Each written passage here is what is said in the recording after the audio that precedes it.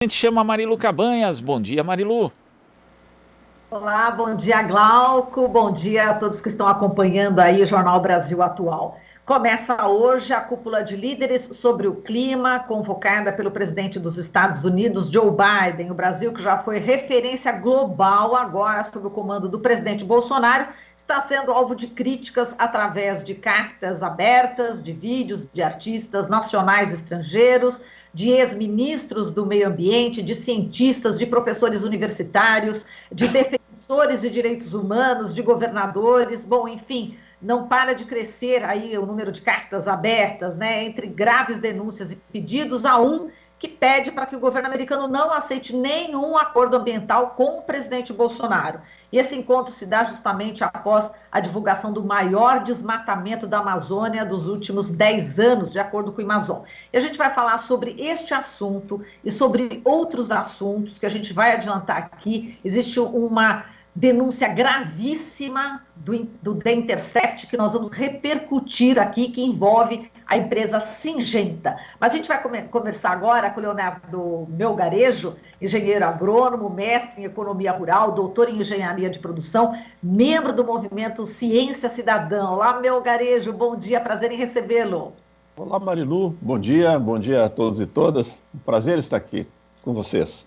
Prazer é o nosso, Melgarejo. Bom, a gente tem aí uma lista de cartas abertas, né?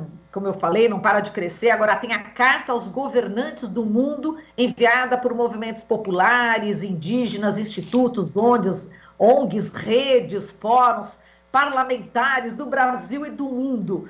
Essa carta é bastante extensa. Eu gostaria que você falasse um pouco inicialmente sobre essa carta, mais uma aí, contra o presidente Bolsonaro. Bom, na verdade, a carta tem tudo a ver com a cúpula do clima, porque ela é destinada aos governantes do mundo e alerta que o momento é decisivo para a sobrevivência da humanidade, para a preservação da biodiversidade e que a crise, o conjunto de crises do momento resultam dos crimes que são cometidos pelo modelo de desenvolvimento, pela ganância do lucro. O que implica em consequências para a grande massa da população mundial. Você estima que 4,5 bilhões de pessoas vão ter problemas com acesso à água, com alimentos, com a manutenção da vida. E que o capital financeiro e as grandes transnacionais que controlam as economias é que são os culpados. E que deles não vai vir solução. E que, portanto, a carta alerta que vai ser necessário, que as Nações Unidas fracassaram. E que vai ser necessário um novo pacto mobilizando toda a sociedade, todas as organizações, todos os movimentos populares, em função de medidas que são necessárias. Eles elencam as medidas. Colocar a vida humana e a natureza com prioridade sobre os interesses privados, colocar os bens comuns essenciais para todos sob o cuidado de todos, uma responsabilidade coletiva, estabelecer políticas públicas em todos os países que enfrentem a fome, que promovam a agroecologia, a soberania alimentar, que plantem árvores e que estabeleçam mecanismos de respeito aos saberes tradicionais das populações, em aliança com o conhecimento científico responsável, buscando proteger a diversidade cultural e o equilíbrio com a natureza. Existem muitas iniciativas e projetos das populações locais, como o arroz orgânico aqui no Rio Grande do Sul, que a carta pede que sejam estimulados no mundo. Pede também atenção para a necessidade de transição de matriz energética e que as patentes sejam eliminadas para que o controle tecnológico possa ser distribuído e justo. Chama atenção para a poluição dos lagos, dos rios, das águas, dos mares. E pede um controle popular junto com o Estado sobre as empresas e projetos que agridem o meio ambiente com penalização. Pedem proibição dos agrotóxicos, esses que são os mais usados no Brasil e no mundo, como o glifosato, 2,4-D, o paraquat, que foi denunciado na carta da Syngenta. Pedem uma renda básica universal com os recursos do capital que vem sendo escondido de diversas formas em paraísos fiscais. Mecanismos internacionais para fiscalização e penalização que garantam a preservação da natureza. Afirmam, enfim, que o capitalismo caminha para a barbárie, que o lucro está levando a humanidade para o colapso e que um novo caminho exige criação de mecanismos mais sensíveis, mais adequados à natureza. E que eles os representantes e os membros dessas grandes organizações sociais se comprometem com a vida e que pedem que os governos assumam a responsabilidade deles. É uma carta, então, para a cúpula do clima. Portanto, ela vem em um bom momento. Vejam que uma das discussões que você tem aqui no Brasil é que o pedido que o governador Bolsonaro vai fazer de mais recursos para proteger a natureza no Brasil, ele volta a uma cúpula internacional, como esteve na ONU há pouco tempo, com a pecha de mentiroso. Então, qualquer afirmativa que o governador Bolsonaro faça vai ser cotizada com o fato... Aliás, o Bob Fernandes denunciou essa semana que em 839 dias de governo, o Bolsonaro mentiu, faltou com a verdade, distorceu fatos em 2.855 vezes. Pois é, acrescentando só, Melgarejo, essa sessão da ONU, né, o presidente Bolsonaro responsabilizou índios e caboclos na Amazônia, né, por incêndios na região, e declarou também que as queimadas no Pantanal ocorriam em função de altas temperaturas na região. Bom, enfim, só acrescentando aí, já que você tocou nessa questão da ONU. Isso é impressionante. Como é que o presidente pode ter a cara de pau de dizer que índios que vivem há milhares de anos na Amazônia, mantendo-la preservada, são os responsáveis pelo fogo agora que acompanha a linha de desmatamento, que acompanha a linha do avanço da soja? Mas parece que o discurso dele agora vai ser, né? Parece que ele vai mudar um pouco, não vai ser esse tom assim tão beligerante, que a ideia é apresentar números, metas, mas uma coisa é você falar e outra coisa é você fazer, né? E o que ele já fez, o pior, né? Existe um ditado nas famílias de todos os brasileiros que se mentem pra gente, nos enganam uma vez, tá bem, a culpa é do mentiroso. Mentem de novo, nos enganam a segunda vez, uma terceira vez, uma quarta vez, a culpa é nossa. A culpa é nossa que age de forma tola em relação ao mentiroso. Por isso o Bolsonaro vai ser muito difícil que ele consiga convencer as nações do mundo sobre suas boas intenções. É até possível que ganhe algum prazo para demonstrar isso. E esse prazo vai exigir, como fala na Carta dos Movimentos Sociais, medidas drásticas e imediatas, o que não parece que ele esteja preparado para fazer. Veja, o delegado da Polícia Federal da Amazônia, que perdeu o emprego por denunciar que o ministro do Meio Ambiente estava em conluio com a venda de madeira irregularmente obtida. Isso foi essa semana. Então... Inclusive, há uma blindagem ali, né, para o Ricardo Salles, ministros, enfim, fazendo aí comemorações, não é isso? Reunindo-se, comendo, enfim, juntando com ele. Essa contradição entre o discurso e o gesto não vai ser aceita com facilidade na cúpula. Então, eu imagino que...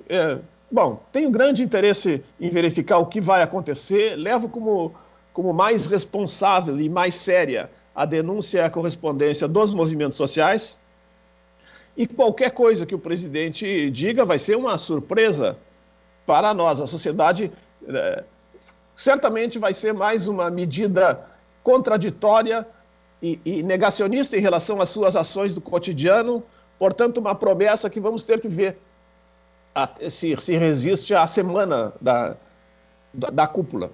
Perfeito. Inclusive, hoje no jornal, viu, Melgar, a gente vai trazer aqui a participação de artistas falando de uma peça, um espetáculo, Os Vulcões, que fala justamente sobre verdade e mentira aí de governantes ao longo aí da história, principalmente também dos Estados Unidos. Mas aí eu falo para você, ótimo. Sei que sua filha também é atriz, né? E aí, enfim, me é caro o tema, né?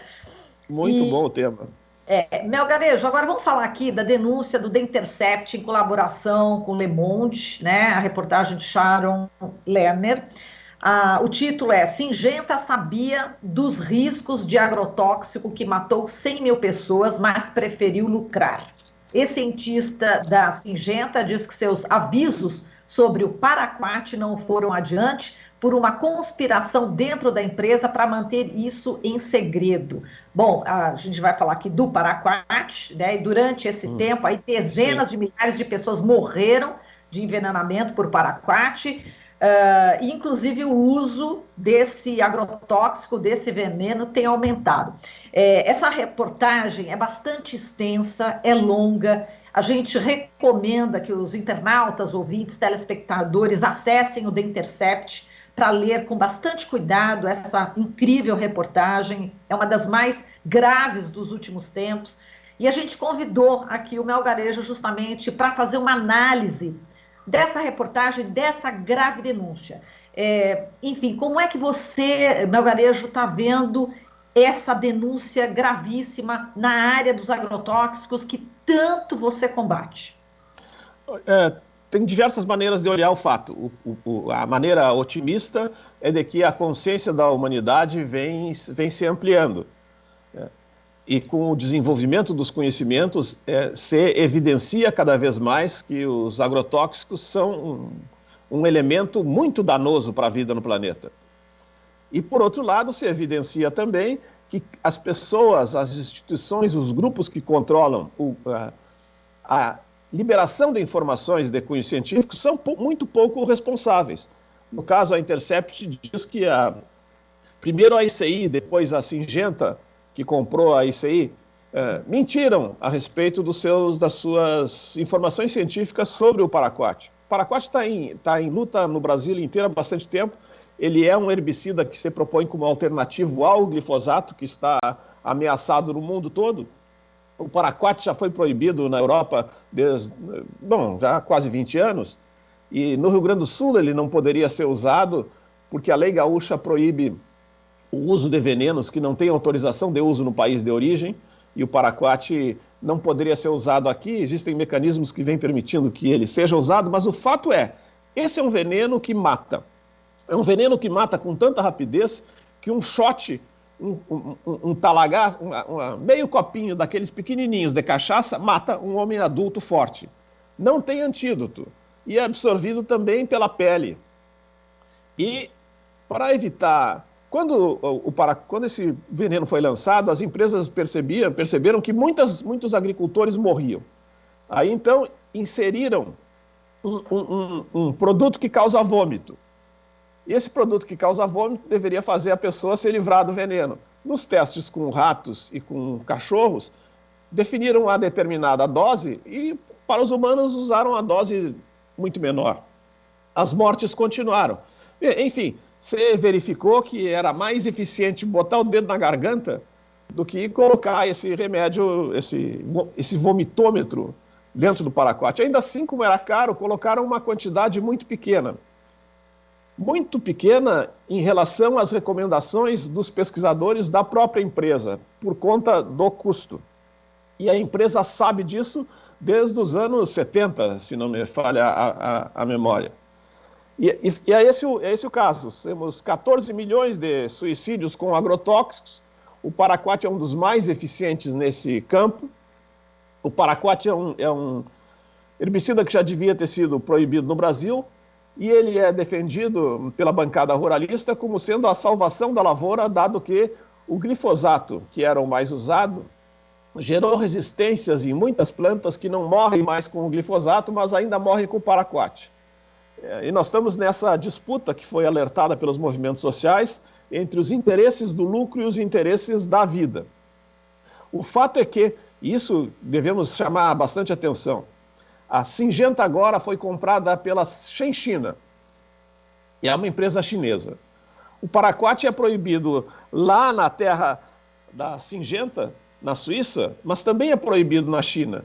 Então ele é fabricado só para ser utilizado em países que são extremamente desrespeitosos com a vida, em países que são governados por lideranças do tipo daquelas denunciadas na carta dos movimentos sociais e do tipo de lideranças que permitem e valorizam o tipo de cientista que oculta informações que possam proteger a sociedade para facilitar os lucros dessas empresas.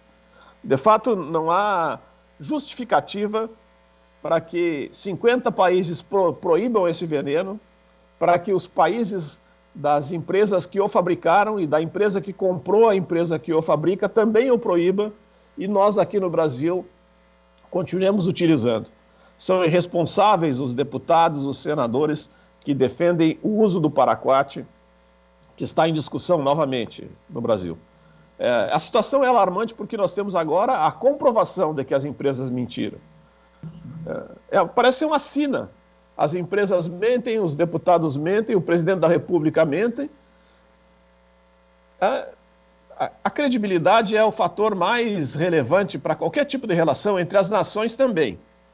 E a solidariedade é o sistema imunológico da sociedade. Ela fortalece o ecossistema contra os desvios de conduta.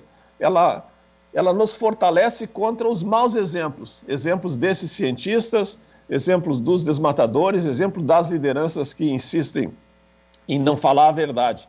E a Carta dos Movimentos Sociais é uma manifestação de solidariedade, de compromisso coletivo, de muitas organizações, são mais de 50 só do Brasil, muitas organizações de muitos países do mundo, dizendo, estamos alerta, queremos trabalhar com essa visão, e a perspectiva deles é a mesma do Papa Francisco. A solidariedade é a nossa alternativa.